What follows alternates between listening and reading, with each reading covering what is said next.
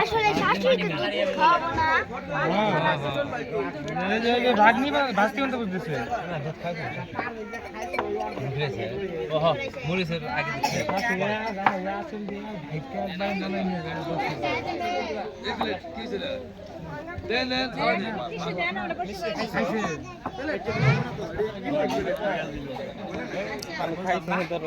নীরব তখন নীরব হয়ে আছে।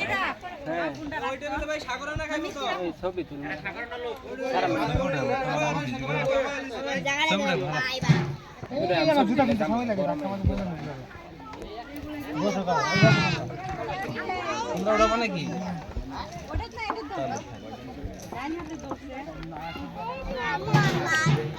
সবাই দেখছা কাছের লোক